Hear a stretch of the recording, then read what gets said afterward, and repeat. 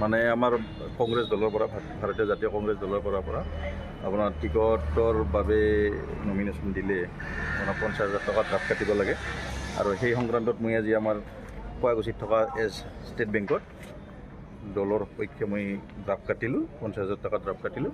অহা 16 তাৰিখে মই গুৱাহাটী ৰাজীৱ ভৱনত মোৰ নমিনেশ্যন ফৰ্মখন জমা দিম টিকট বিচাৰি।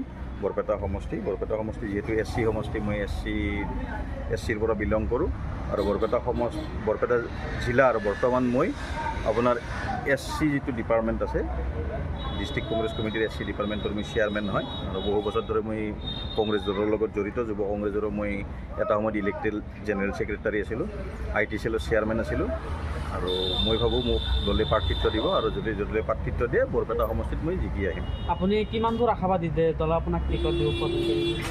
মই আশাবাদী মানে মই সম্পূৰ্ণ 100% আশাবাদী, কাৰণ মই অকলে কেণ্ডিডেট আছিলোঁ বৰপেটা সমষ্টিত আৰু কংগ্ৰেছৰ ফালৰ পৰা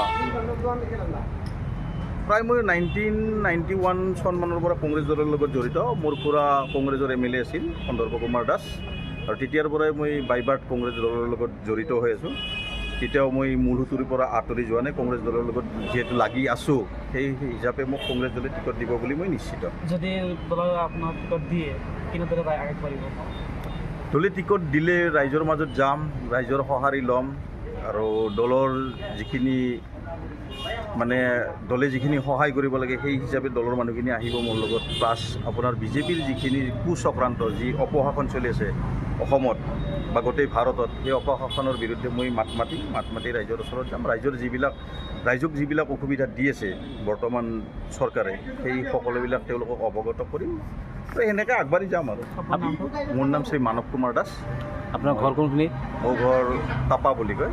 আপুনি বৰপেটা সমষ্টিৰ বাকী কি ক'ব?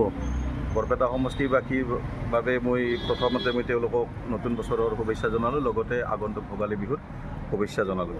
ধন্যবাদ। যিকোনো খবৰৰ বাবে যোগাযোগ কৰক আমাৰ এই নম্বৰত 9181 307 221।